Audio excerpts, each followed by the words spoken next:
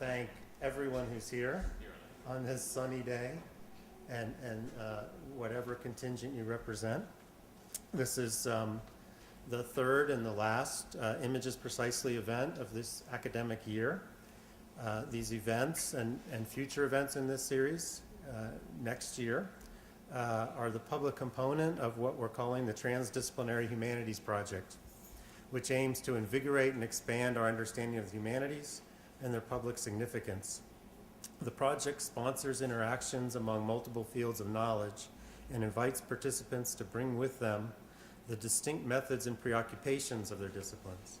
The challenge then for them is to operate precisely at the limits of expertise where disciplinary rigor is still possible, but claims of authority or mastery must be abandoned. At a time when disciplinary identities and boundaries are shifting, when the value and motives of scholarship are transforming, and when media and its audiences are rapidly evolving, defining the humanities is both confounding and sometimes divisive, as is understanding how the humanities intersect with the sciences, with politics, or emerging technologies. But as we all recognize, this changing landscape is latent with potential for significant alterations and reconfigurations of the university and the work it pursues. This project proposes images as the general topic to challenge that potential. Images pervade our world not only as representations, but increasingly as actual entities, and as a mode of thinking that is as historically deep as it is technically challenging.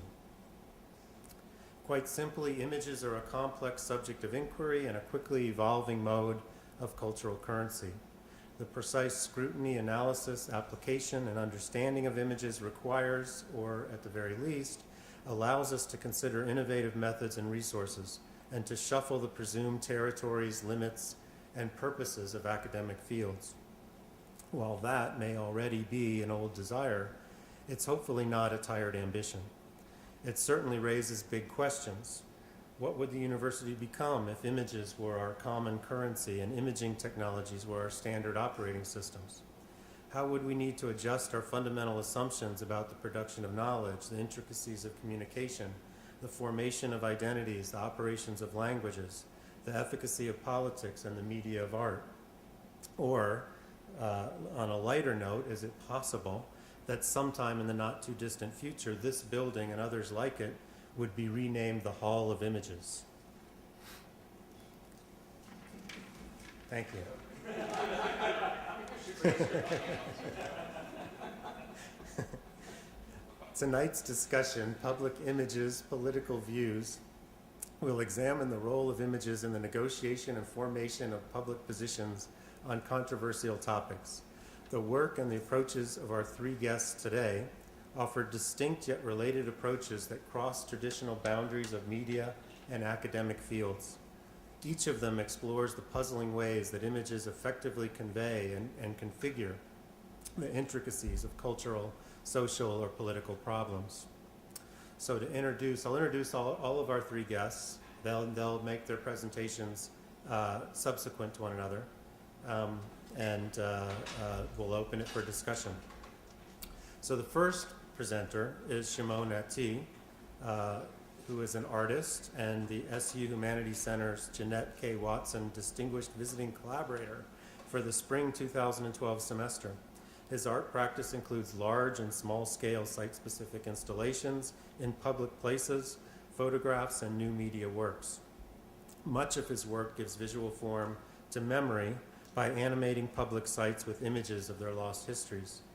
His work has been exhibited at and collected by numerous museums around the world. A short list would be the Museum of Modern Art, the Corcoran Gallery, and the Centre Pompidou. The second speaker, perhaps the least familiar to our audience because he comes to us from afar, is David Campbell, who's currently the A. Lindsay O'Connor Professor of Peace and Conflict Studies at Colgate University. He's a political theorist whose books include Writing Security, United States Foreign Policy and the Politics of Identity, and Politics Without Principle, Sovereignty, Ethics, and the Narratives of the Gulf War. Over the past 2 decades, he's taught visual culture, geography and politics at universities in the US, Australia, and the UK, most recently as professor of cultural and political geography at Durham University, and before that at Newcastle, where he led the construction of the Culture Lab project, a center for digital media and creative practices. Over the past decade, he's increasingly worked as a writer, curator, and producer, exploring visual culture as it pertains to global geopolitics, how documentary photography and photojournalism work, the opportunities that multimedia bring, and the challenges presented by the revolutions in the new media economy. And third is Mark Robbins, our Dean of the School of Architecture at Syracuse University, and former Director of the National Endowment for the Arts, former Director of Design at the National Endowment for the Arts, and Curator of Architecture at the Wexner Center. He's also a practicing artist whose photographic and installation work explores the intersection in the built environment with cultural practices, focusing on the relationship between commercial and mainstream political representations and the actualities of daily life. His work has been shown at the Adelaide Festival in Australia, the Museum of Modern Art in Saitama, Japan, and the Clock Tower Gallery in New York. And recent projects, also international, include Orders at the Quito Biennale, guest host in Bangkok, and student teacher produced in Kigali, Rwanda. So welcome to our guests. Last word before we start. As I said, the speakers will come up subsequent to one another, and following the presentations, we'll retire to the table over here and interrogate one another, I hope, and then ultimately open it up to questions and discussion from the audience. So, start off things. Shimon.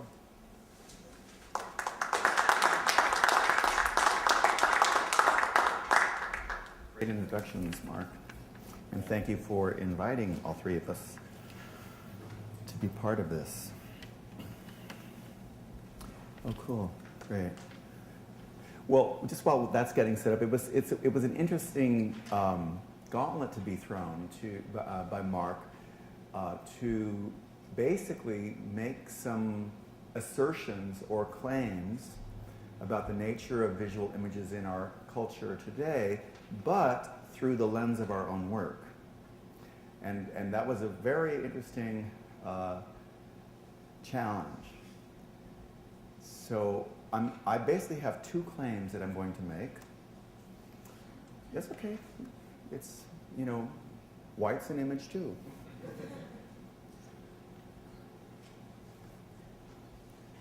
AV is fun.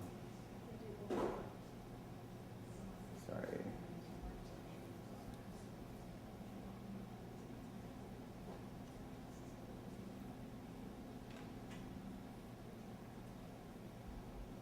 Would you iron this for me? Did you bring an iron? Yeah, I would like to.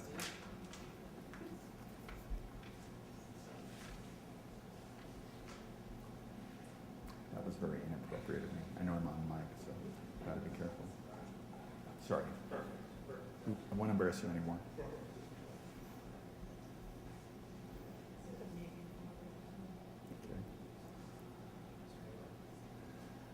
Okay. Shimon Eddy PowerPoint. Cool.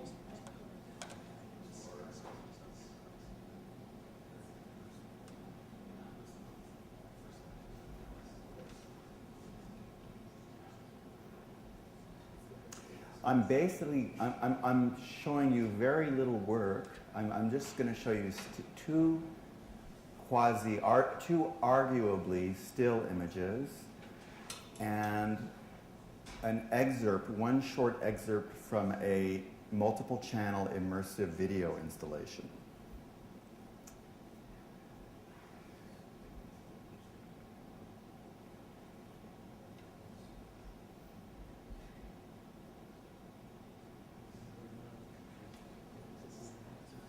But unfortunately, I need to wait for an image to be up before I blather further. What? Correct.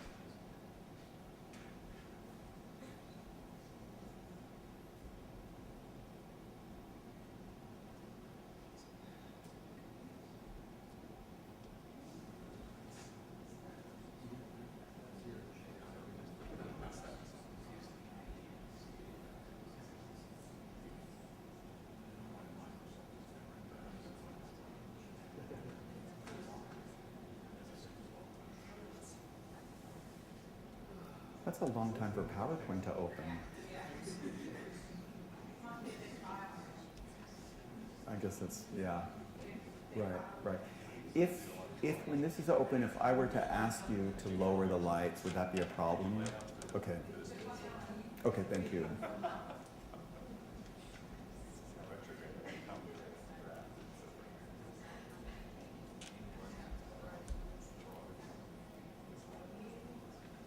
Do you remember any campfire songs, Kendall, that you'd like to lead us in today?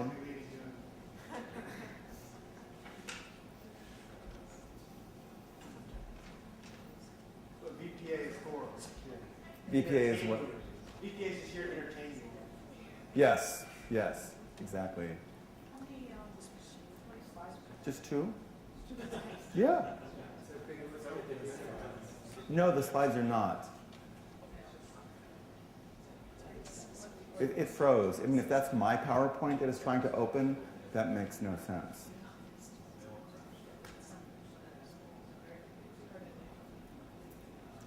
I'm going to start taking this personally. There it is. There's something. Yeah. Okay.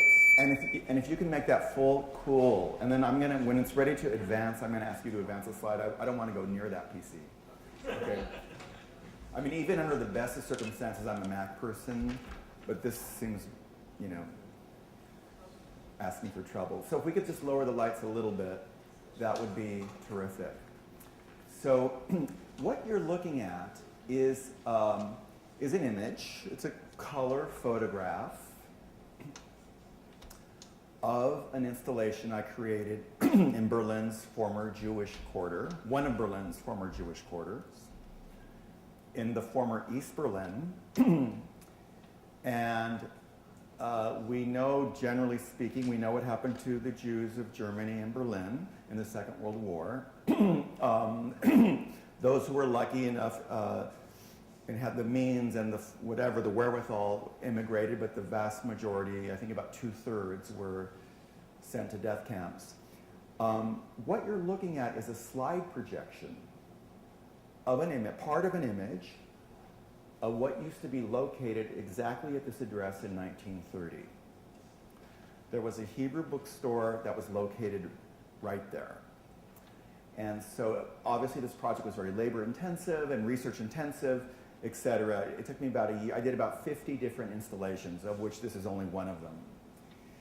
So, and then I made a color photograph of this black and white slide projection. So if you're on site, you say, oh, this is site-specific installation, this is public art, this is intervention, this is guerrilla art, whatever you might say. And then if you see the color photograph in a museum, you say, oh, this is photography. So my first claim would be that the boundaries and frames, whether physical frames or metaphoric frames, around two-dimensional images are becoming ever more porous, such that the distinction between two-dimensional imagery and three-dimensional media, such as sculpture, architecture, and the environment, is becoming ever more dispersed. Basically, the notion that images as discrete two-dimensional objects or phenomena is dissolving. So that would be my first claim. Thank you. You're going to handle that monster for me. This is just another installation from that project. It was called The Writing on the Wall. And the titles were very clinical, very deadpan. I just give the address, Gipsstrasse, Gips Street 5, slide projection of former Jewish resident. And of course, the reactions of local residents and people who lived in these buildings to seeing these spectral, phantom-like projections of the former residents of their buildings was not unimportant, but that's not the nature of our talk today. So now we're going to move on. Just get the video ready, but don't start it. I want to go on to my second claim, which is basically well, my original background is in photography. In art school, I come from photography. That's what I majored in. But there was a very sort of loose boundary between still photographs on a wall and photographic interventions and photographic installations. And in the last several years, I worked mostly with video, with the moving image. But it's very easy to see how my original training in photography inflects my work with the moving image. So this sort of leads me up to present my second claim, which is that the boundary between the still image and the moving image is essentially dissolving. You have photographers who quasi-create moving image pieces by animating their stills through After Effects or with a million other techniques. You have video artists, people who work with moving image, like with film and video, who mimic stillness by, if you want to say it simply, you think video portrait, right? Still subject, but the video camera is rolling. So this is my second claim, that these boundaries and separations are basically disappearing. So on that note, I'm just going to show you a 2 or 3 minute clip from one of my immersive multiple channel video installations. It's called Racing Clocks Run Slow, Archaeology of a Racetrack. I think you can just start it. There's no digital effects. This is just a viewing copy. It's actually, it's a large museum piece. You're seeing like a really dumbed down, standard definition viewing copy. There's no digital effects. And there's no stills that are used. It's all done with video. And it's based on a former racetrack that no longer exists. And I invited into my studio 70 different individuals whose lives intersected at that track. A little louder. If we can get it louder, that would be helpful. And I had them perform their role at the former racetrack in one distilled gesture. And they're standing on a moving stage. So it's kind of a moving stillness. We're just smack dab in the middle of the piece. These are just excerpts. The entire piece is 18 minutes long. So each of these, they're 9 feet tall. So you have to use your imagination. They're larger than life size.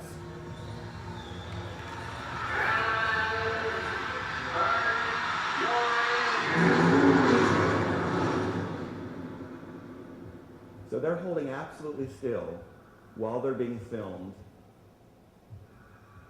So it's really a media that really exists somewhere between still and moving.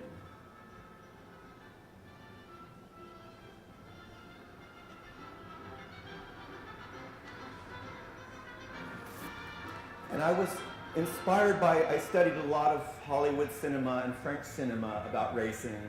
And so there's always the nervous girlfriend at the distance watching on television.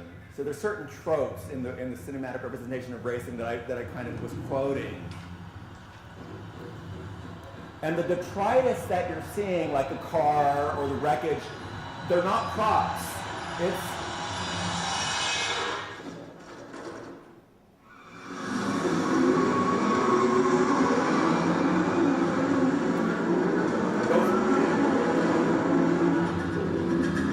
These are real ruins from the former track that are just suspended in the studio.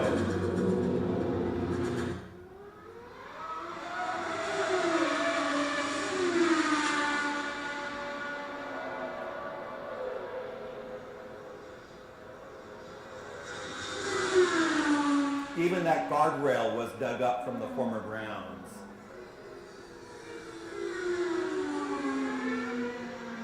And I have my own conceptual reasons in addition why I use this particular visual strategy sometimes, because I work a lot with memory and how human memory sort of inflects. In the case of this piece, it inflects notions of speed, velocity, acceleration, one's heroic youth, etc. The title of the piece, Racing Clocks Run Slow, is based on that law of physics, whereby time slows down for very fast-moving objects. The closer you get to the speed of light, the more time slows down. But I think this is probably enough for you to, I probably have used my 10 minutes. So this is probably enough to give you some illustrations to support my 2 claims through the lens of my own work. So I think on that note, that's probably enough. Yeah, cool. Thank you.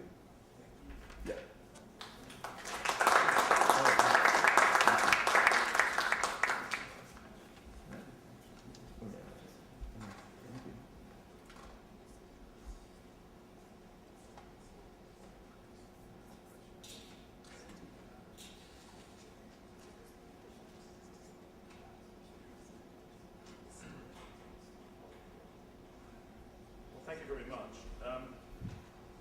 It's a privilege to follow Shimon because I confess to now being slightly ignorant. I haven't put you together with the Berlin installation project, which I've always regarded as one of the things I thought best about the use of installation and photography. I first encountered that series in an essay in the collection Beautiful Suffering, Mark Reinhardt's edited collection. So we're going to have a lot to talk about. And also, if I was presenting actually some of my own work in terms of production, it would exactly be collaborations with photographers and photojournalists, bringing video, stills and audio together to do those. But because the other part of my work is analysis, that's what I'm really presenting here. And I want to take a particular instance in recent contemporary photojournalism around the production of certain images from Afghanistan that were controversial to kind of highlight a few things about the way in which photojournalism is conventionally understood and presented, and the stakes in some contemporary debates about photojournalism, and some of the limits of those. So in terms of the way I pursue analysis, if I had a kind of a single theoretical frame, as it were, what I'm interested in is the visual performance of the social field. And I put it that way to actually make a distinction from the idea of the social construction of the visual, which is how a lot of media analysis, particularly within politics and geography, which is where I come from, proceeds. Now, it's all predicated on the notion that images are absolutely central to contemporary geopolitics and contemporary international politics. It's predicated on the assumption that all the knowledge we have is mediated, and central to the processes and practices of mediation is an encounter with other people and other places through what Judith Butler calls the field of perceptible reality. And I'm interested in the role of visual artifacts, all forms of visual artifacts, photographs, paintings, video, film, computer games, etc., in the construction and in the enactment of that field of perceptible reality. Within geography, that then plays out, following people like Edward Said and Derek Gregory, into notions of an imagined geography, in which there are dichotomies between West and East, civilized, barbaric, North and South, developed, undeveloped, and so on. And one of the things that interests me about photography, and why I'm interested in news photography and photojournalism and documentary photography, is that I think we can also think about photography itself as being geopolitical.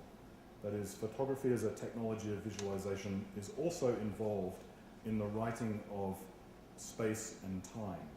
And it has a particular way of writing space and time through the way it produces images.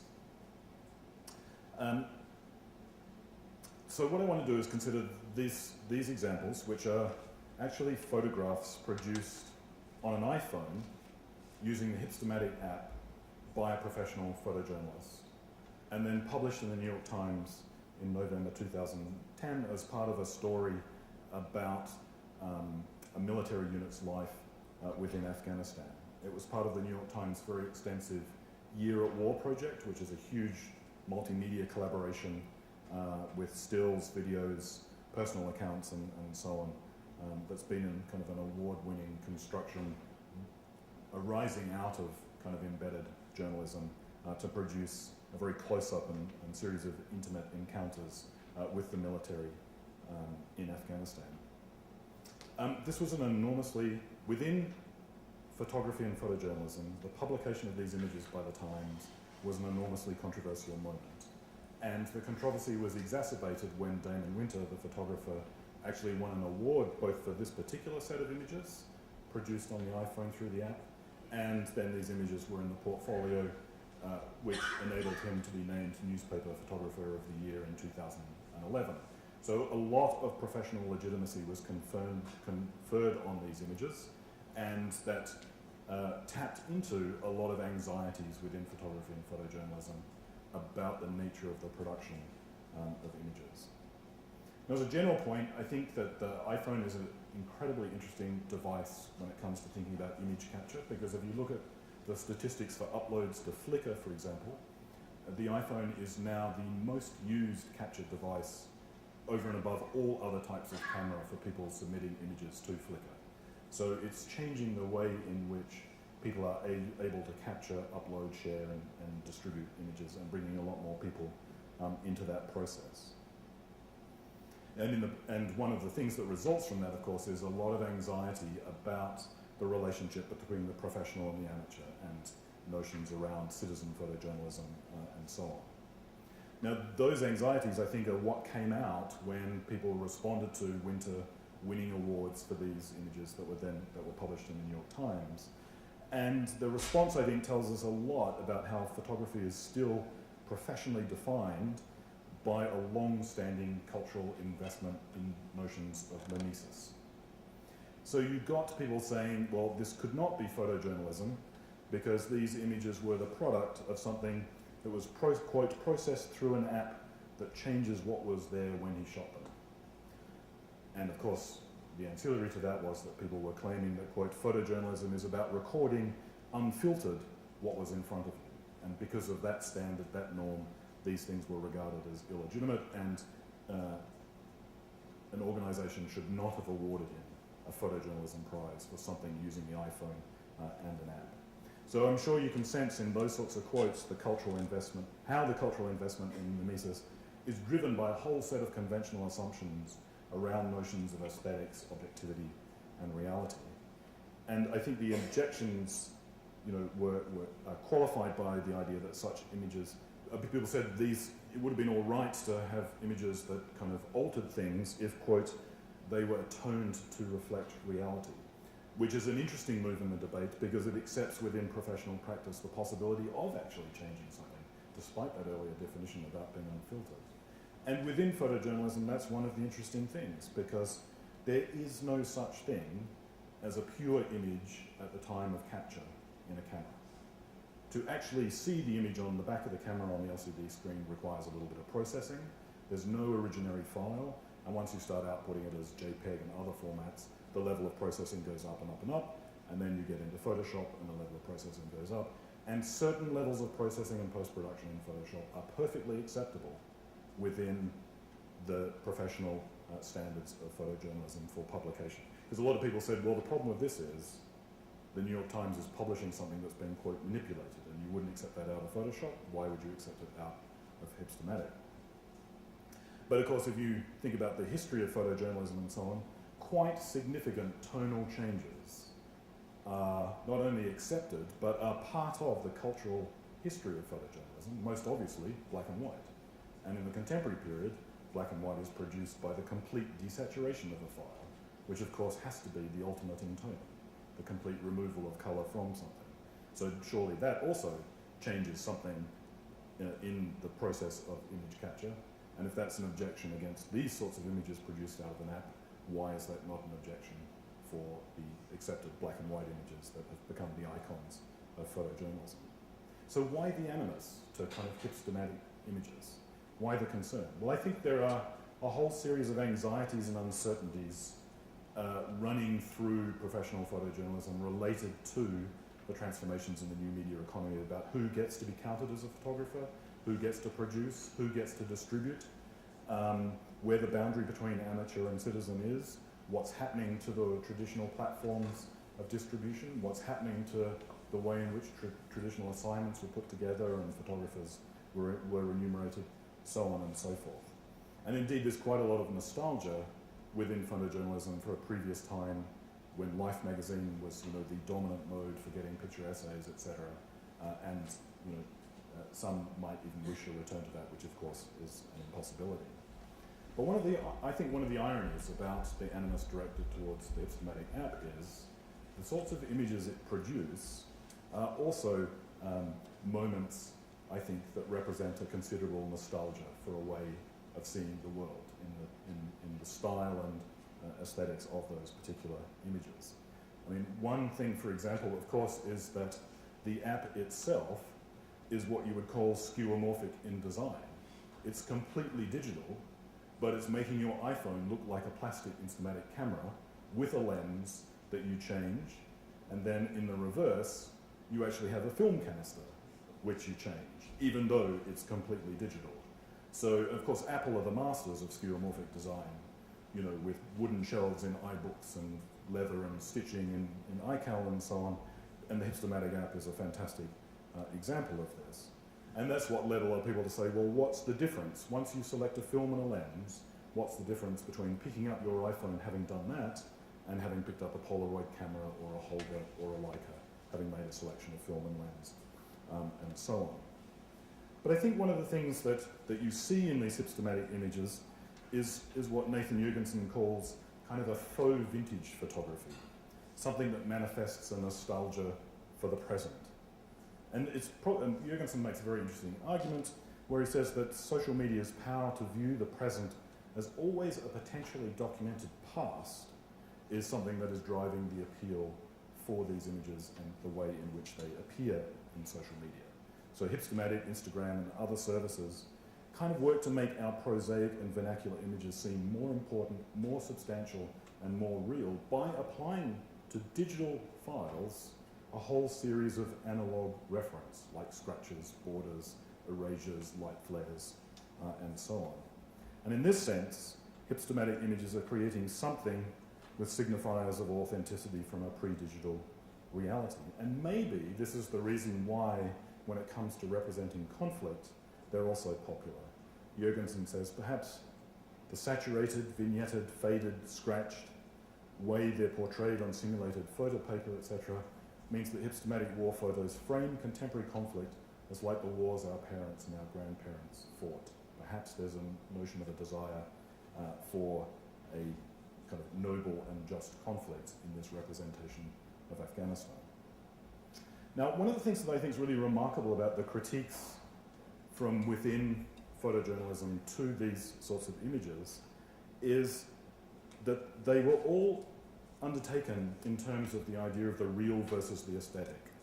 So these were aesthetic images, and traditional photojournalistic images were real images, despite the very similar processes of production involved in each. And yet, the critique itself, because it focused on the way the images looked and their style and their format, was an instance of aestheticization. So in objecting to the notion of the aesthetic of this particular images, they employed principally a strategy of aestheticization. And what was not considered was the way in which these images presented a particular take or a particular contribution to the field of perceptible reality in terms of the Afghanistan we got to see, and in terms of the Afghanistan that was kind of enacted and performed for us. So I think it's really striking that none of the criticisms aired following Winter's Award dealt with the perceptible reality that these images actually performed for us. Indeed, the photographer Nina Berman, who I think does fantastic work, has a very succinct view of Damon Winter's pictures. She says, the images are beautiful, they're sensual, and they conjure feelings of romantic love. They have zero journalistic value and function more like a huge kiss to their subjects and the Department of Defense. Michael Shaw of Bag News Notes wrote a critique in which he said, Winter's photos manifest, quote, an intense emotional identification with US soldiers divorced from their identity as the embodiment of the US war machine. Something, he said, that was achieved by the transformation of the soldier and killing agents into sort of the innocent man-child. And I think when you see these kinds of intimate moments, that's a pretty effective critique. And of course, you know, Winter's justification, perfectly reasonable, is that by using the iPhone, he's getting actually access to these intimate moments. He said in response to this image, if he'd been using his large DSLR and lens, the soldiers would have run a mile. But because he was able to be insinuated into the scene with a very small device, then he was able to capture this kind of particular moment. I guess looking at this as an example of how photojournalism functions, how the discourse of photojournalism functions, and how we pose the questions about what the function and effect of images is, I want to agree with Mark Reinhardt and say that we need to relax the aesthetic anxieties of critique. I think it's not a matter of being for or against something like the Hipstamatic app. I think it's a question of how we think about these developments, how we look at their assumptions, how the whole issue of concerns around them are framed, and so on. And when we realize the problems with how that controversy has unfolded, I think perhaps we can then move on to think about what photojournalism might contribute in terms of narrative and its political effects, so that we might get a different picture of Afghanistan and such conflicts coming into view. But to do that, we have to go beyond some commitment to mimesis, which of course photography both promises and denies, and we have to understand how these images produced by this technology of visualization participate in this field of perceptible reality that gives us our geopolitical landscape. And these are making, I think, a very particular contribution to that. Thank you.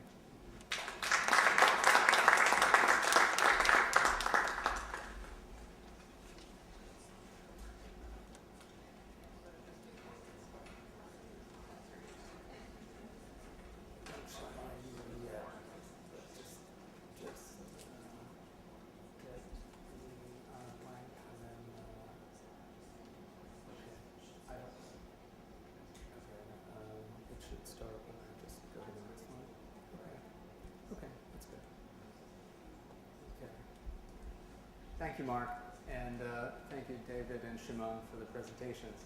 There's this common thread, I think, about evidence and what evidence is and how we record, how we document.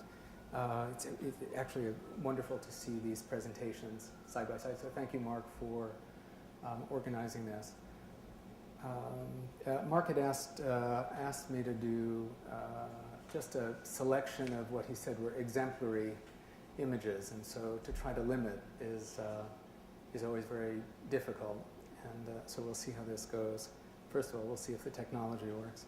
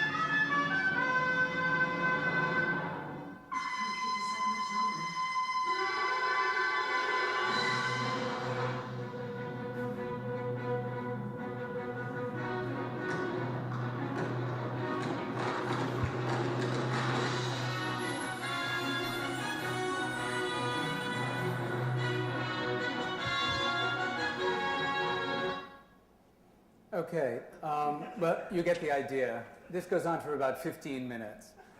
It's kind of relentless, and it goes from, Crazy Ludwig to Boys to Disney. And I found this clip in the vast, sordid ether of YouTube, and I found myself just laughing out loud. And I actually don't remember watching Dynasty, and certainly not regularly. It took me a while to figure out that Gay Nasty was Gaynasty, I guess. It was a wordplay on the show's title, and I knew the name Joan Collins and maybe tuned in when that guy from Blue Lagoon with Brooke Shields, all grown up, or the guy from TV's Bachelor Father, John Forsythe in the late 50s. Though maybe all or part of this I remembered was in Dallas or Falcon Crest. It all kind of merges in one of the network franchises. And I learned only later that Joan Collins' sister Jackie, Pulp Fiction writer, had been an early star in post-war Brit film for the Rank organization. The logo of an oiled bodybuilder in some form of loincloth got my attention. Rank. Did anybody actually get the wordplay of this? It's actually Arthur J. Rank, but I like the notion of a rank production.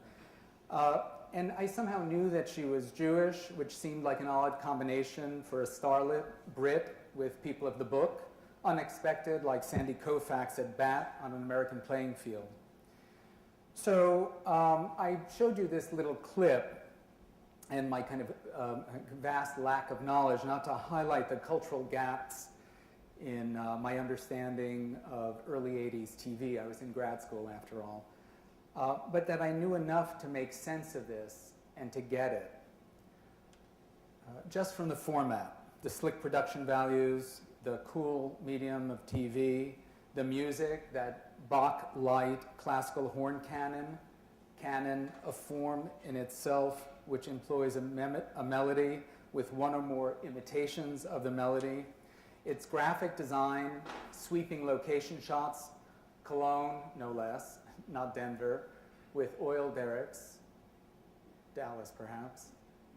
And those little kind of star turns, those celebrities, all of this somehow signified in its very soft core family room values, as artificial as the original glossy melodrama from which this is taken. And again, without knowing the original, I could read what this was hijacked from, the type of medium that it was hijacked from, that the substitution of all men all the time, the relentlessness in the repetition of the overture. You have to imagine, I've just shown you part of this. This goes on, like 8 times. And so you have these male starlets. I'm not sure what the male version of a starlet is, but perfect, bodies, teeth, smiling coyly, doing guy things, push-ups, shaving, mugging for the camera, but only men. Not just the usual single male juvenile heartthrob in the standard casting array, which would ordinarily include a mature couple, a set of parents, dating pairs, and 1 or 2 alluring singles of both sexes. Though in this case, in Dynasty, there was one more or less cryptically gay son, Stephen. But it was this repetition of the single case, like the overture, that set up the expectation that something else would be delivered.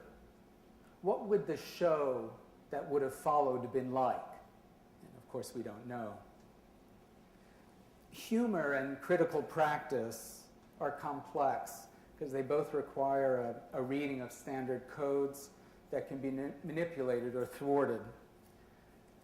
I don't even really know if this clip was meant to be funny. It could be some very intense, strange guy in Cologne sitting in his basement clipping these things together, with his own ideas, fantasy ideas of perfection. And in fact, it doesn't really matter. It's the fact that I could read it, and I thought it was actually very funny. And this is an image from 1979, and I've always been drawn to new things in old bottles, the juxtaposition between form and frame. This is called world trade. And the associations that inhere in a structure long before these buildings' destruction, which has to do with its delivery as well as the content. I was a student when I did this in a much butchered time and place. I was interested in the ecclesiastical triptych and the way in which the frame was redirected and repurposed. Kind of ideal images of mom, I don't know, the beagle that looked weirdly like a drill, the clock, which may mean something, and then the World Trade Towers split in probably by the figure of a suggestive hindquarter of a male.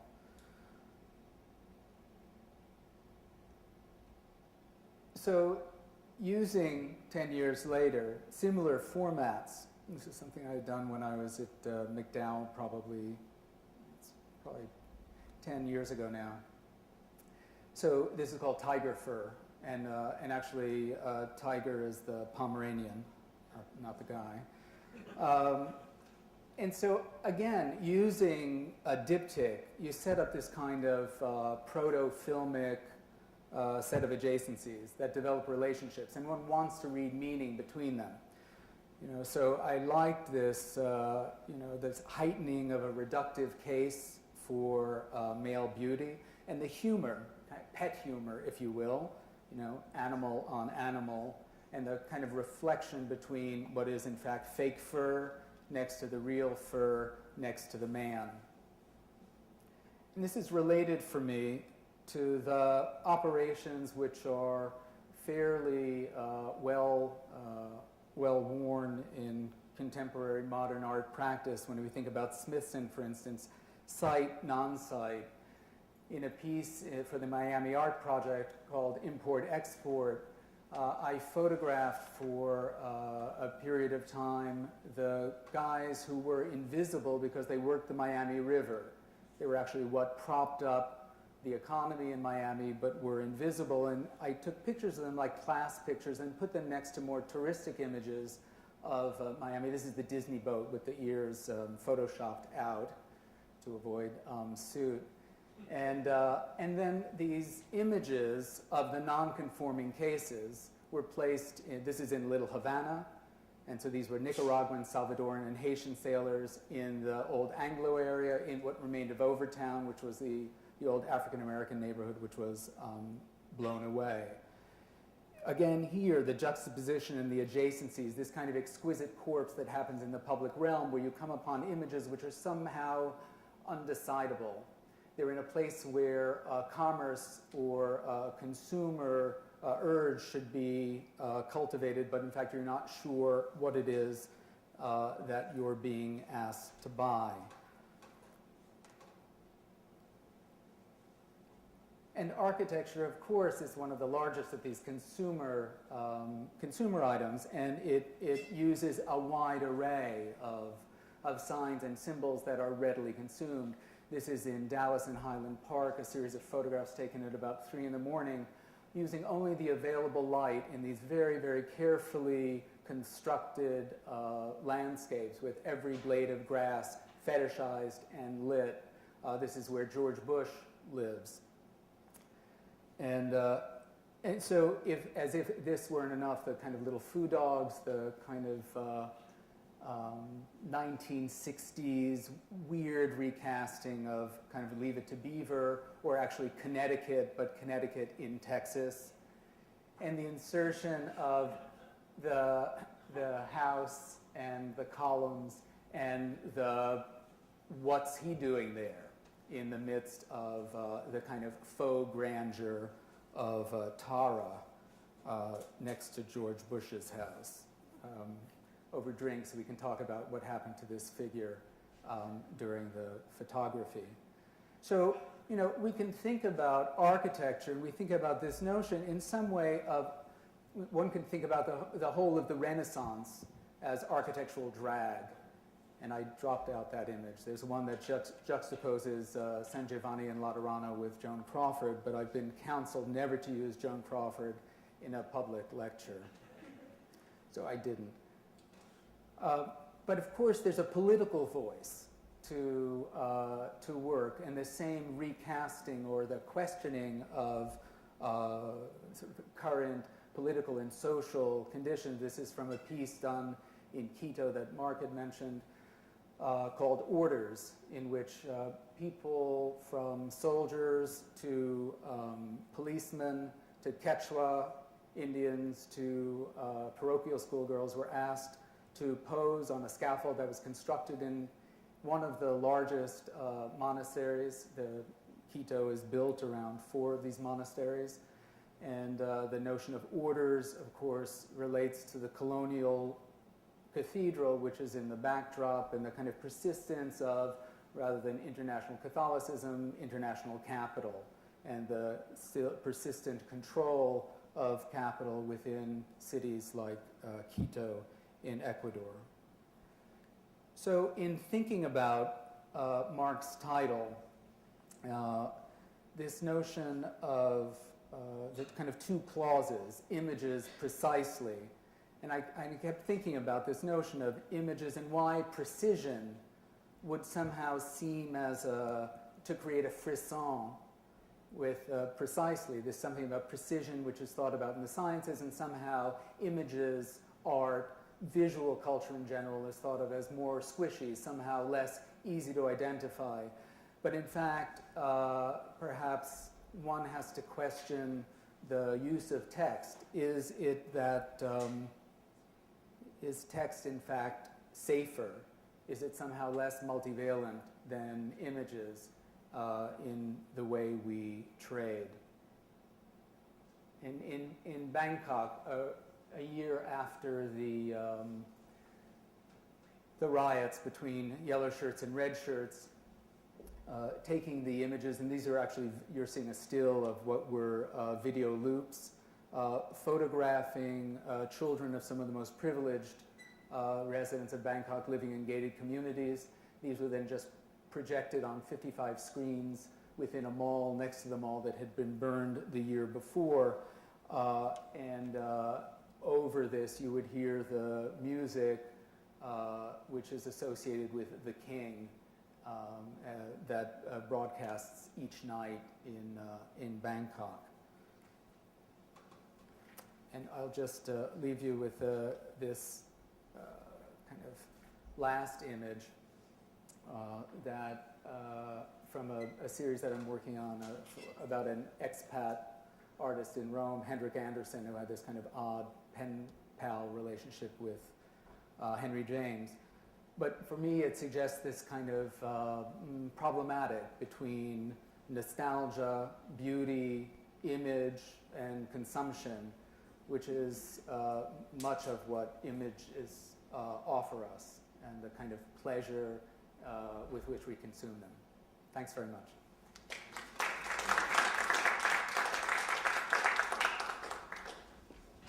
Okay, well, we'll go.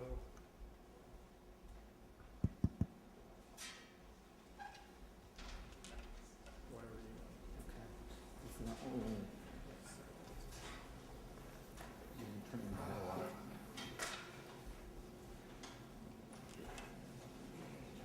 Well, thanks to all three of you. I mean, it certainly shows that there is some kind of, if not emerging, existing image discourse that overlaps and, you know, interacts in all sorts of interesting ways.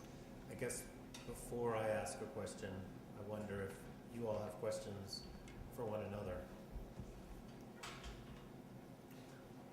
Yeah, I have a question of David, if I might. I mean, it was very interesting listening to your presentation and the big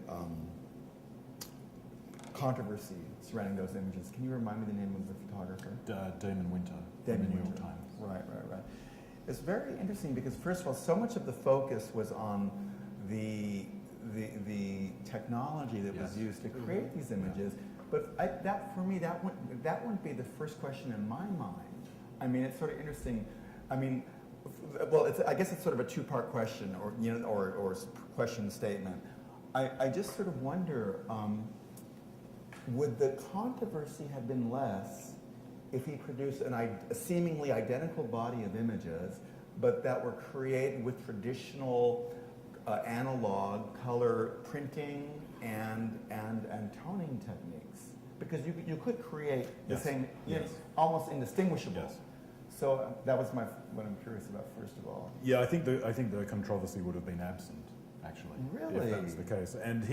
And one of the critics did say at one point that quote about, well, it's okay, to quote tone images so they reflect reality. Mm-hmm. And then if you look at, we didn't have enough time and space to look at these, but there's a very interesting, there's a digital photo lab in Italy called 10B Photography, which works for a number of really well-known photojournalists like Yuri Kozyrev of Nor and so on, who produced incredible bodies of work on the Arab Spring and so on. And they put up on their website the before and after images that they produce. So someone like Kozyrev is shooting a raw file, sends it to this post-production lab, just like someone used to shoot black and white film and have a particular printer that they worked with, you know, whose skill they liked for printing. So someone like Salgado, you know, had a French printer that he worked with, and when he shot on the negatives, they're always incredibly underexposed in places so they can be burnt and dodged into the final form that you see. So there's a lot of post-capture, post-production, you know, going on in those traditional forms. So the critics said of those things, well, you know, be fine to tone, to quote, reflect reality, and they obviously accept what this lab, like this Italian lab, is doing. But when you look at the image, I mean, they're quite striking differences, you know, in terms of saturation and tone, highlighting things and so on. So I think if had been produced that day, there would have been no controversy. Well, it's very confusing to me because absolutely nothing about those. I mean, the aesthetic. Yes. You know, if an analog technique had been used to create the exact same aesthetic, I don't think anyone could argue that that was being done in the service of reflecting, representing reality. Yes, exactly. But anyway, sorry. No, but it is interesting that that becomes the entry point for the critique, because it seems that it may mask some other level of critique, which has to do with different concerns. Yes. But you know, we had a conference last week which had to do with literary criticism or criticism directed at landscape. And there's a discussion a bit about authority and the relationship between blogging and magazines and traditional venues. And I see a kind of mirroring here, that anxiety about production and about expertise. Because in fact, if everyone in this audience can produce images, what's then the role of the artist? And what's the role for the photojournalist? What's the role for the person who is tasked with doing that? And so there's a way in which it seems incidental to these particular sets of images, but it seems part of a kind of larger discussion about, as we shift, as there's a greater democratization in the production of images, what do images become? Yeah, I think that's absolutely spot on. I think that's really one of the anxieties driving the response to those. Because on any criteria about more analog forms of production, we would say exactly the same things could be produced, and analog forms of production involve as much changing, quote, after the fact as was supposedly objected to in this case. It's the fact that it's a small device that fits in your pocket, that, quote, non-photographers have, that carry around, and we can shoot these and upload them and distribute them, that is the source of anxiety. And you see it expressed very, very openly in some industry circles. There was a fantastic column a professional photographer wrote on CNN recently, where he said, you know, almost said, I'll paraphrase, but it was kind of like, God damn it, I've just spent $6,000 on my Nikon camera, and these people are coming along with a $600 iPhone and getting the stuff published. That's you know? right. Well, and that was the problem. But it was interesting that you set up the credentials, you know, which actually, I believe, in the hands of someone with an eye. Yes. That's really the thing which is not transferable for $9.99. I mean, that's the incredible thing. I think, you know, Hockney just had a show in Paris a year and a half ago at Cartier Foundation, and it was all iPhone art, and actually not my fave stuff, not my favorite. But I also remember when he first did the Polaroids, there was this same kind of, oh, it's really kind of a cheesy format, it's not really art, and now we look at those, you know, it's the same discussion now with Warhol, and Warhol's, the photographs that are being exhumed, the screen tests, and now we sort of look at them because they have this age, and so the cheesiness of the technology doesn't bother us, and we actually look at what the kind of intention is.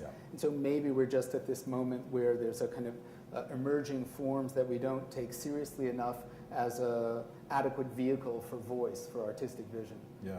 I mean, I think the anxieties that professionals have are not misplaced at one level. But I think they kind of miss a series of opportunities that emerge in response to this, because if there is, as there is, a democratization of these images and something of a proliferation, and we can now get them from locations where actually professionals wouldn't have been, because how do you know you're going to be on the subway car at exactly the time some event happens?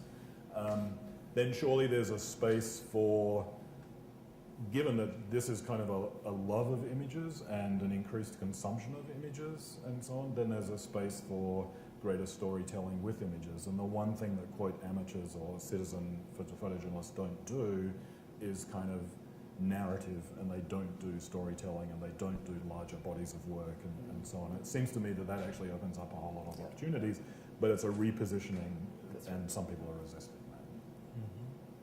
One thing that struck me about all three, or a way to understand all three, I mean, everyone seems to agree that we're in a culture now where images have some radically polymorphous fungibility of exchange relative to one another and interpretation and all of that. So there's kind of likeness of images or something like that, whether it's they're now detached from the veracity or authority or authenticity of technical expertise, or in Shimon's case, a sort of post-medium condition. We don't necessarily know how to read the thing we're looking at. We know it's an image, but we don't necessarily know that it's a painting or a sculpture or a film or cinema or a video or whatever. Or in Mark's case, something about reading the kind of cultural cues of images. There's a kind of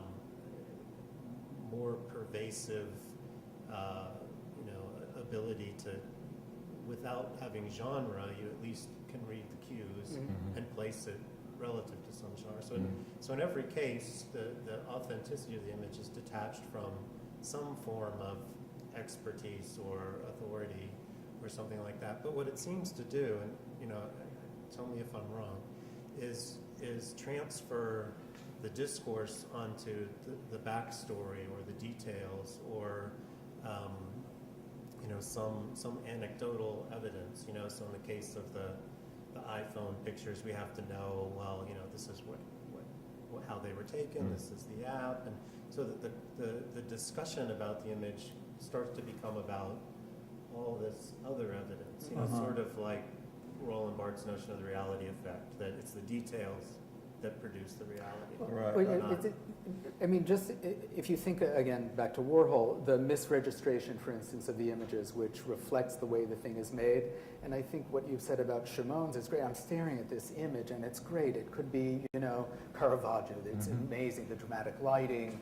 And when you first show the image of the kind of gantry way, that first shot, it looked like a Rhino, computer model. I wasn't sure if it was real or if it was completely constructed.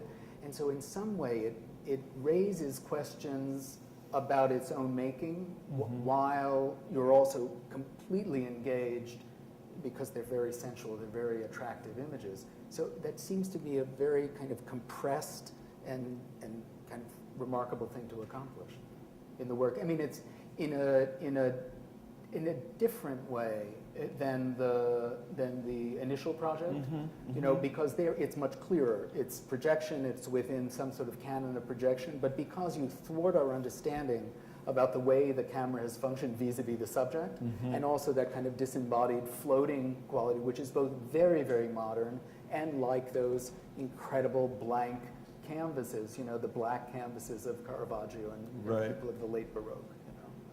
It's very nice. That's nice to hear. I mean, it is. Thank you for those kind words. But there is sort of the issue of, we're just brainstorming, right? So there is sort of that issue of decontextualization, right? Because whether in my work, because obviously I'm decontextualizing the subject and putting them in a black void as a way, rather than literally showing a racetrack, I'm using pointers, like signifiers of a racetrack, so that it could be kind of any racetrack, right? But also back to with Damien Winter's work, because these questions, I mean, I have to, and maybe this says something about me, and it may not be something good, I don't know. But I wasn't thinking about these concerns at all, about the digital capture or the iPhone capture with the app. I was thinking more things like why green as a color? Is green the color? Well, we know green is the color of uniforms, but is green why that aesthetic choice? And I was also just sort of thinking about the way that aesthetic language, regardless of the means of its creation, so in a certain way it denaturalizes the subject, or in the very least, it takes the present it takes the present out of the present. Yes. And those are the kinds of things that I was struck by, and just sort of, I mean, it raised interesting questions about documentary photography to me versus art photography, beyond this issue of you know, the means of production or the technique of production. Yeah. I like that notion of taking the present out of the present in terms of those images of Afghanistan, and I think that linking to kind of the aesthetic form, invoking some sense of nostalgia by bringing back these analog reference into this digital moment. Right. I think that's when you think about the function and effect of the images. I think that's, I mean, of course, the intention of the photographer and the intention of the newspaper is just to offer a more intimate, direct, personal story, and use this to do that. Whether it does or not is an issue. But if that's what we're seeing of the conflict in that moment, I like this idea of Well, taking but the they're present. both kind of self-consciously have that quality of home movies, and Yes, the yes. one criticism about these being kind of love letters to Yes. the military, the little eased corners, Yes, right? And yes. then also the way in which they begin to look like photogravure or duotones. Yes. Which always, it's, you know, it's like the kind of general cheesiness when you see people do cyanotypes or doing sepia tones. It seems like kind of an excuse for not, you let that technique carry the meaning. Yes, yes. And so it becomes a little easier. What I wasn't sure about is, you know, if you shoot in very, very low light, you know, like those houses, green is really the predominant color, but it also looks like those kind of night vision Yes. shots. And so Yes. I couldn't tell if that was, you know, kind of germane to the conditions that they were shooting, or that was amped.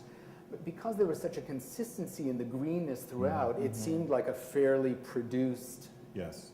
kind of thing. You know, there are settings on your iPhone where you can get it to do Exactly. sepia, or you can do desaturation. Yes. It's Right. that combination in the app of the lens and the film. If you have the app, you play around Yeah. in the same scene. You keep changing Right. film, Yeah. keep changing lens, and you get the whole color spectrum as a possibility. Yeah, Really. Right. You know, I suppose that ultimately, I think I maybe found the images problematic. Oh yeah, definitely. But it was more because I didn't feel like the aesthetic justified itself. Yes. But it's interesting. Do you folks know the work of Adi Ness, the No. Israeli photographer, No. who is sort of like an Israeli Jeff Wall? You know Jeff Wall's work? Yeah. And he does sort of color photo. He's Israeli. He does color photographs. They're staged, and they have very cinematic lighting with Israeli. We're led to believe that they're soldiers in ambiguous moments, like the one with the guy sleeping on the other guy's lap, and you know, and that would just make a very interesting crosstalk to look at Adi Ness's work, which is completely a Yes. fiction, Yes. but done with very high production values, and which sort of bends the separation between theater and sort of faux documentary. I mean, it just would be a really interesting crosstalk between those two. Yeah. Yeah. It's your turn. The floor. The floor's turn. So, I mean, I feel like to a certain degree the discussion that followed the question affirmed what I was saying, you know, that the uncertainty of the images, they're like ghosts, or they're like ephemera, you know, that the only way we really can talk about them now is to have, it's a different kind of expertise. The image itself has very little veracity, what we would think of as quality. We have to go into understanding who made it, where the guardrail came from, how it was assembled, how it's a shift in some convention that we would, ordinarily use. So, which, I guess is the, loss of the aura or something like this, but, the images are so transferable and so exchangeable, Well, and so manipulable. But I wonder if that's the case. I wonder if in all of the work, though in photojournalism, I think is different than what I'm doing, or I think what Shimon is doing, because we may be presenting reality, but we go through non-discursive means to get there, right? Photojournalism purports to be nonfiction.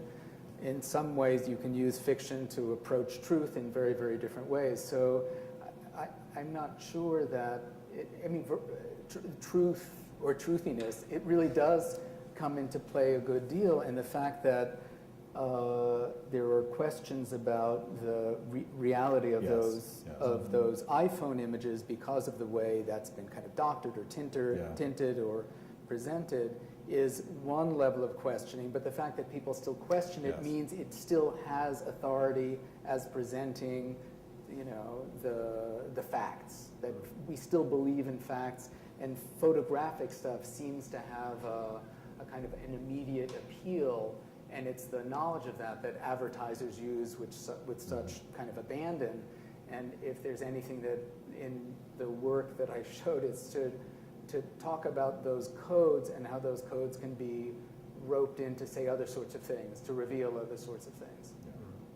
Yeah, I think there is this tension that goes on. I mean, people kind of proclaim the current period as being all this or all that, and one of the things that is often said in terms of the alleged proliferation of images, although I think there's some skepticism about that, is that now everyone's very cynical about images. Everyone's, understands their production and so on. But I think there are two things that go hand in hand. I think there is not cynicism, but I think, given that we've democratized the production of these images, people understand how you can change and produce and manipulate them in a way that's more extensive than photography was. So there's an understanding of their constructed and performative nature. At the same time, there's still a very strong desire for documentation. And it's the struggle between these two things that then they come together at points where people think one or other is dominant, and there's a little controversy around those. But I think those two things go hand in hand, because when people are taking images for the family album and maybe manipulating them in some way, they still want them to be realistic. It is, in Bart's term, a certificate of presence. It's about the person being there, or the tourist image and so on. They're not doing it on the basis that this is all just performative and then slipping it into the family album. But I think these two things kind of are working hand in hand. And I actually think that that's quite a sophisticated set of dynamics. And in contrast, the critique that comes out from professional circles is remarkably unsophisticated. At these points, I think actually the popular discourse is a bit more sophisticated. It's interesting because in your work, Mark, for example, I forget what city that was in. Quito? Which? Yeah, was it with the scaffolding on the building and the Quito. police officers? Yeah, those were meant to go into the backs of taxi cabs as kind of monuments in the city. So they would have been used as advertising Outside images. of the cabs? In the cab, Oh, in inside. the taxi cabs, which is how people get back and forth to the airport. And so did people they- would have been looking for, like, where is that? Where would I find that? Because Right. actually in the full image, it's just the kind of arch of people. Right. Well, it's interesting, sort of as in a bit the inverse, a little bit of the inverse of our earlier conversation about Damien Winter. In the case of that work, I got quite distracted. I mean, you did clarify it fairly quickly, but I was quite distracted trying to consider whether it was a straight photograph of a quasi collective performance, right? Or whether you had simply digitally inserted the different characters. And somehow, in that case, it was sort of, ultimately, I decided it wasn't important in the end, but I did get distracted. Yeah. I'm kind of wondering about that. And then you clarified that, in fact, it was not digitally. It's not. And actually, that's just the setup. And what I liked about it is it reminded me of like the Nelson Riddle dancers when I was a kid, because they all seem to be choreographed somehow, because the final piece has them all standing at attention, frontally, really hieratic. And I just liked that. Right. Kind of caught in the midst. And the same question about the fellow in front of Bush's house. That was there. How long were you in prison for? That's why I'm a dean. Still It's on. 8 years. 8 Well, years. I see. 4 more years. But those kinds of questions about veracity and it would have been so photograph- much easier to do that. what? It would have been much easier just I to mean, yeah. Photoshop it in. Yes, yeah. I would have changed things too. Right. But these are things that we all think about these days in terms, at least I do, in terms of, you know, the relationship of images to quasi-reality. And But that is a good question, because I wonder, you know, since there's a collage element, and would it have been fundamentally different if that were just Photoshop collage, as opposed to both of those being performances in actual space, in actual time? they are different. Yeah, so Yeah. that's I an think interesting. I think I can say that categorically. Yeah. I mean, it's easy to feel like they're not, and it's seductive to feel like they're not, Yeah. but they are different. The latter, and I'm just making some statements, you know, but the latter is much more courageous and bolder and risk-taking and more interesting. I mean, you know, maybe it's just my own biases about, you know, actually intervening in actual public spaces, touching spaces, touching cityscape, touching architecture. I mean, you know, this to me is much more radical, personally. I wonder, you know, on this issue of veracity with your work, Shimon, but also really for all three, the kind of shadings of difference between fact and memory that maybe new media produce or problematize or exacerbate, something like that, that, you know, is the courage that you're talking about important because it's so easy to slip between, you know, memory and fact, or the fact that the images and mediated images have produced a kind of public memory that you know, isn't necessarily an individual experience. It's some other kind of subjectivity. But the basic question is, you know, there's I think in your work particularly, there's this play of moving back and forth between memory and fact, especially the racetrack project. Right. No, I know it's in the case of my work, it's very much a function of trying to, you know, memory has so many. I can't say it's a double-sided coin. It's probably 10 different coins, each of which are double-sided. Whether it's sort of the tension between materiality and etherealness, or whether it's, I'm not sure that's a word. Is that a word? Etherealness? That's okay. Ethereal. I hope everyone's not cringing in the audience. It's good. Kendall, don't snicker. Sorry. Or the fact that memory is both static, appears to be static. Our memories might be fixed, but then they're forever fleeting and forever changing. So that's sort of the zone that I was trying to give visual form to in terms of trying to fix moments in time as time is moving. But this is, you know, it's essentially the impossibility of that and the paradox of trying to do that. It's interesting because it does kind of confound what the still is, and I like that both in the kind of larger notion about the passage of time and the inability to still that, but also from the point of view of the technique of producing this. But I was thinking about what you were saying about courage, and I like to think that the gesture in public space actually does have your body in space is projecting something. You have something real on the line.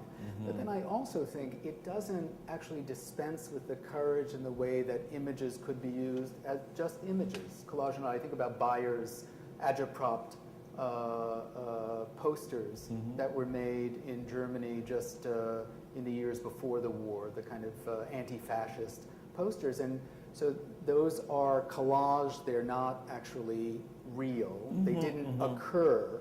But the fact that those then take their place as posters across cities, that they're used in a political way, and that is a courageous That's the intervention. That's right. So it's actually, putting yourself, but the photograph, no matter how the photograph is constructed, its use can also have a kind of agency which we associate with the courage that it takes to do a manifestation, to do a riot, to put your body in place. Correct. I mean, of course, it brings up very quickly someone like J.R., right? Not to segue into his work too far, but no, absolutely. absolutely. Yeah, maybe there's some questions. I have this mic that I'm not going to walk around with it, but John, mic, please.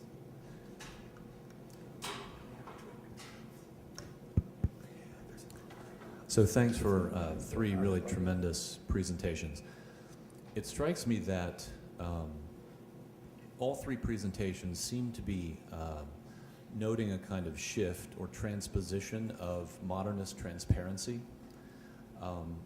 So if we could say the work of Walker Evans, Jacob Riis, Julius Schulman might be fixated on somehow honestly exposing content. The projects you showed, whether we're talking about video stills or Hipstamatic or Gainesty, there seems to be a kind of, at least, if not honest, kind of ethical intention to expose the constructed quality of the image.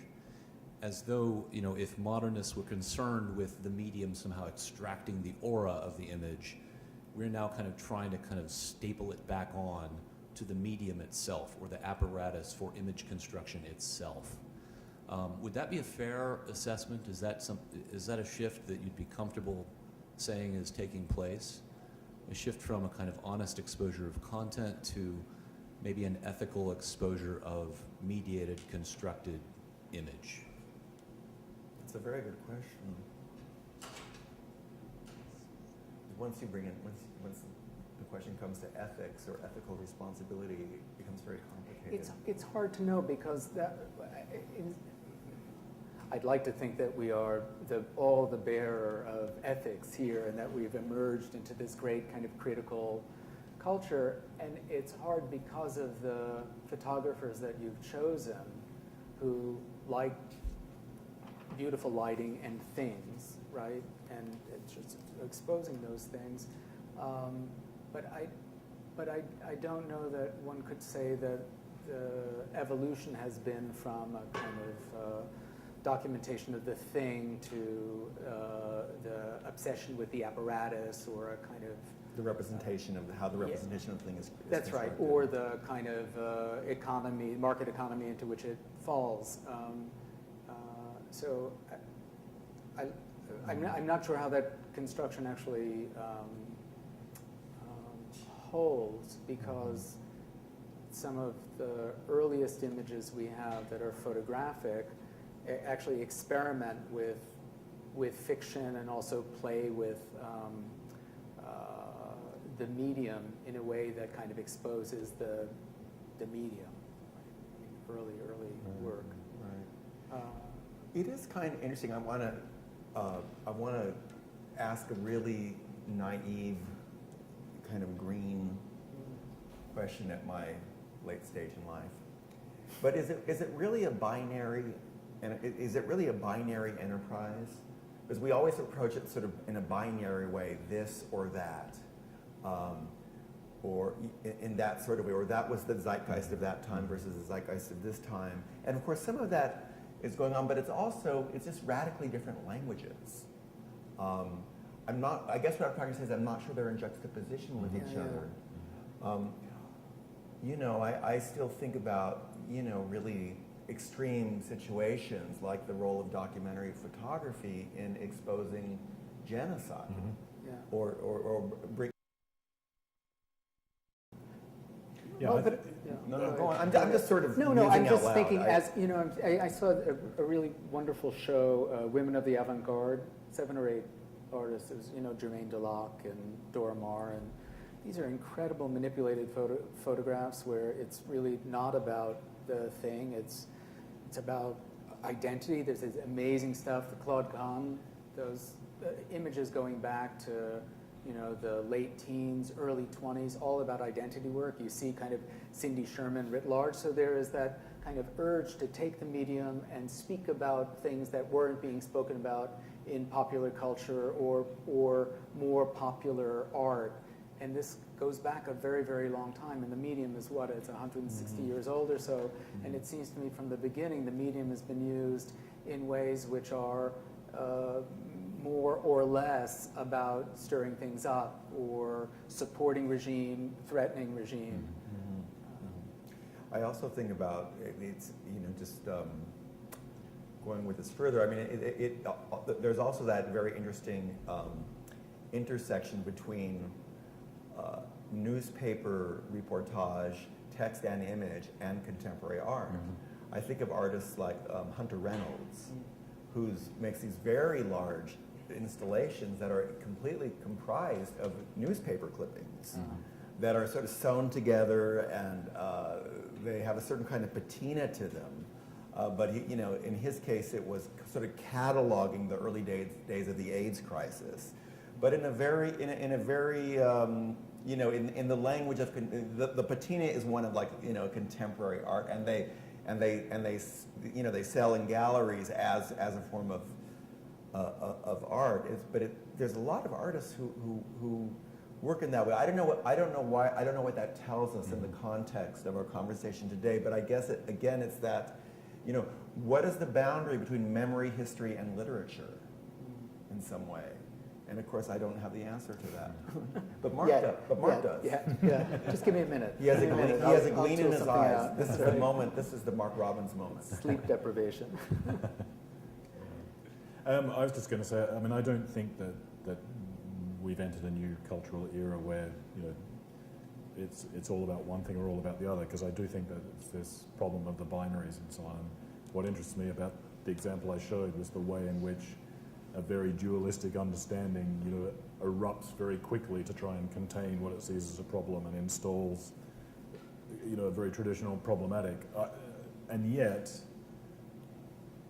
just like Shimon, I want to make sure that there is the possibility for documentation in a whole array of circumstances. But I think that also requires breaking with a binary, and that is probably moving away from ideas of reference.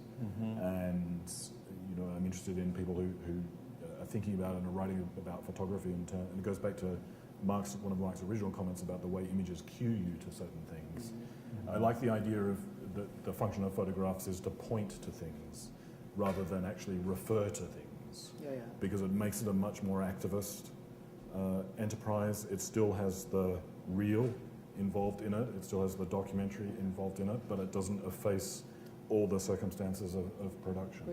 There's a Bruce Conner movie called A Movie, or Movie. It's great, and it was just made with waste footage that was collected. Great, and he put some Respighi behind it, which is this great kind of tone poem, and it's a movie, and then there's this stuff, and you get these kind of dramatic climaxes, and you realize you're projecting all of this stuff because those kinds of cues are so embedded in the way we read images, and all of us are so remarkably literate culturally. I think where the difference is the awareness of how easily manipulated we are by the cues that we see. And so one hopes that in some work there's the potential for revealing what is generally smoothed over in commercial culture, right? When you go to a mall space is made so that you will circulate the maximum amount. It's not by accident. You don't get escalators except at either end, so you're forced to traverse the maximum footage. So, it's not about stopping you anywhere because you're there only to be a good consumer. Images are also used in that way in ways that don't force us to question the things that we would like to assume are true, or the things that we would like to assume are right about a product or a movie star or anything else that we would like to either project ourselves into or associate ourselves with. And I think that's where other work intervenes to begin to suggest the readings or the constructedness of the things that we live with.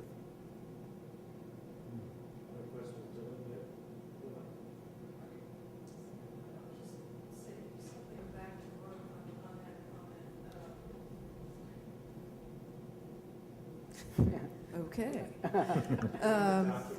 Now I don't have to yell. You're on. Yeah, right. Now, one of my pet peeves is actually the kind of bland, vapid, moving images behind a newscaster on TV. And depending on how bad the newscasting is, there's more imagery.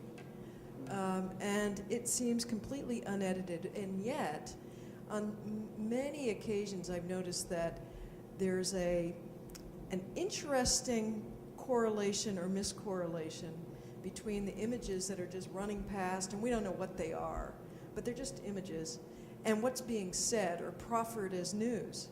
And I don't know if anybody works on that, but it's quite interesting because it purports to be somehow important images. They're not notated. We don't know quite what they are, but they put together a storyline that I agree, Mark, I think most of us can read, but we don't know we're reading it.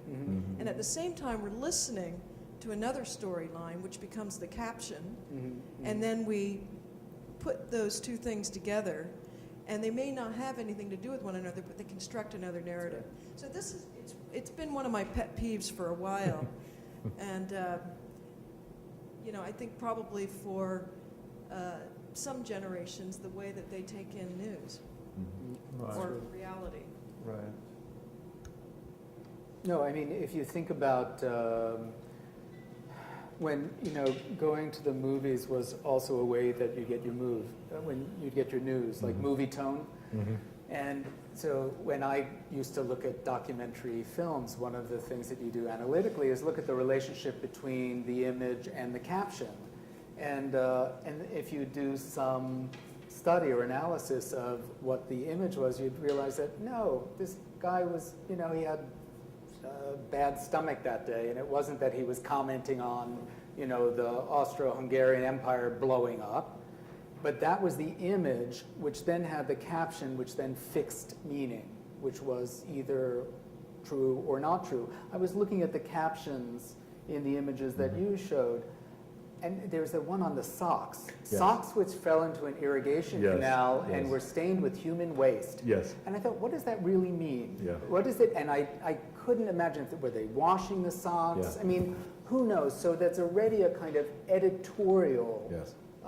spin on that. I have no idea, you know, what those socks were actually doing there, whose socks they were, Yeah. but the caption fixes a certain kind of meaning, Yeah. and there, we are always looking at image and text. You know. I wish you hadn't started on pet peeves, because I am biting my tongue. Go. No, it's not so interesting, really, but well, it is a pet peeve. Okay. I mean, and it is interesting, but I just want to make sure that it's relevant to our conversation. I think it is. You know, now don't misunderstand. I'm not somebody who's nostalgic necessarily, right? But I remember, like, this is on the topic of journalism, Right. okay? Journalism as a profession. I remember growing up, and, you know, I was born in 1957, and I remember Walter Cronkite on television during the Vietnam War, and I remember Watergate, and I remember when journalism used to be, in the US, I don't want to make claims about other places, I remember when it was like, by and large, quite a respectable profession. And then I lived overseas for some years, and when I came back, something had changed. The scales had dropped. Well, you know, just something had. You know, it's you know, okay, sure, it's a respectable profession, maybe within the academy, right? You know, like within universities in terms of academic training, journalism training, but. And there are some exceptions to what I'm saying, but by and large, it seems to be about spectacle. Well, it's largely about spectacle and commerce, entertainment. Yeah. And I never quite got over that, you know, but that shift. But that was also a kind of falling in love with the authority that somebody like Walter Cronkite represented, the kind of the hope that there was this knowing figure who actually understood the way the world worked and could tell you what it all meant. And it's the difference between Edward R. Murrow and Katie Couric. You know, there's a kind of different level of, you know, kind of research, understanding. Though I just watched Katie Couric's interview with Sarah Palin. Katie was at her best, really at her best, and because she actually did ask trenchant questions, though it doesn't take much to be trenchant in front of Sarah Palin, and Right. and she also didn't smile a lot, which seemed for her quite an act of will. So that was, I thought, very, very good. But still, you're right. It's a different period in terms of how we understand readers, right? News readers from people who are actually helping to interpret and also generate the stories that we hear. Correct, except that I think it's more fundamental, though. I don't think it's even necessarily only about, I mean, I agree with you, that's part of it, right? A news reader versus more of a kind of a, you know, someone who goes in more comprehensively into a topic or a subject matter and does real investigation. But it's also the manipulation of information. It's not just that it's a news reader, it's what are they reading? Yeah. And what they're reading has changed. I mean, the quality of, you know, just the content. But anyway, Yeah. I mean, this is your fault. Yeah, yeah. I mean, I understand that Guilty pet as peeve, charged. but I think that, I mean, you've picked the highlights of a couple of decades Right. to judge everything against, and Right, of there course. is actually a whole lot else going on in those decades that's not quite so salubrious in the contemporary media of its time. You know, it's also, you know, going back to kind of images and memory and so on. It's that idea that, you know, in the Vietnam period there were certain really provocative investigations and stories and images, and these transformed the way people related to the war and transformed public opinion. And, you know, by and large, none of those accounts really hold up when you look at them. Absolutely. You know, If you remember, and I remember as a kid, because we're roughly in the same, at least I know we're in roughly the same age, that the only place we could get really interesting war coverage was on an independent station called WBAI Yes. that had a West Coast WBA Pacifica. and Pacifica Radio. And Right, so we right, would right. listen to this, and it actually was also one of the first places to have, that I heard gay programming. It's where I got the understanding that all gay people would be politically inclined and artistic and interested in world affairs. It's fantastic. They had Outlandish. this, no, they weren't talking about show tunes. They were actually talking about stuff. They weren't were talking about gay nasty. or That's gay- right. They weren't. So this is a kind of objectification of what one kind of ethos around gayness could be like. But it's true. I remember bitching about the New York Times being so conservative and kind of reluctant to cover the war. That was seen as the conservative paper. It's a little bit like the shift in what we perceive now as being Republicans. Nelson Yeah, Rockefeller yeah, today, who I grew up with A as commie. the only governor, would be, you know, like way left of center to what we think about now as a kind of Republican sensibility. Right. Similarly, the New York Times now looks like, you know, the oracle of good writing, good content, and kind of expansive thought. That wasn't the way it was understood. Yeah. There used to be Right. 3 papers in New York. The New York Times was the most serious of those papers, but there was a good deal of competition in the field in terms of newspapers. Well, you But- still swear by the Post, right? yeah, because I like the pictures. Sorry, it is an image. Sorry, but I mean, interestingly, you bring that up just because, I mean, I thought that the New York Times coverage of the Iraq War was terrible. Of course, With yes. Judith Miller and that whole, yes. Yeah, that yeah, was yeah, just yeah. awful. It was so bad that even they had to apologize for it. Right. You know. Yeah, exactly. That was so scandalous, the whole thing. Anyway. Well, you know, to just make a closing analogy, and it seems to me that a lot of what's being talked about here with journalism and television journalism, there is an analogy to structural transformation of the academy too.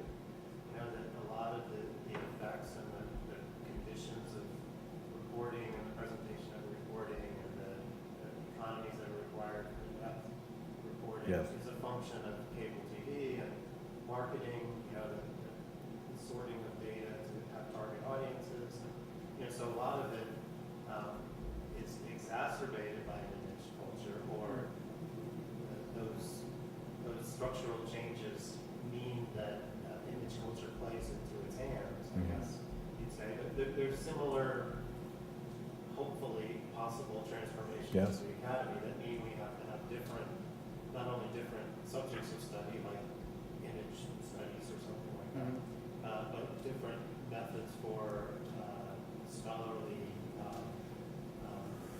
Production, distribution, yes, distribution. yes, And exchange, analysis, yes. critique. I mean, yeah, I like your idea of the kind of hall of pictures, you know, your hall of images. And what would that be? How could we trade, you know, the information that's laden in images the way we do with text? They're different. And I don't know how, you know, all of us looking at this room, looking at the same image, could interpret it in gross terms the same, but in nuanced ways very, very differently. And maybe that's the same with text. Perhaps. Well, thank you to our panelists for really great comments and presentations and taking on the challenge of the topic. I certainly appreciate it. I think the audience does. So thank you also to all of you being here and your interest. Thank you. Thanks.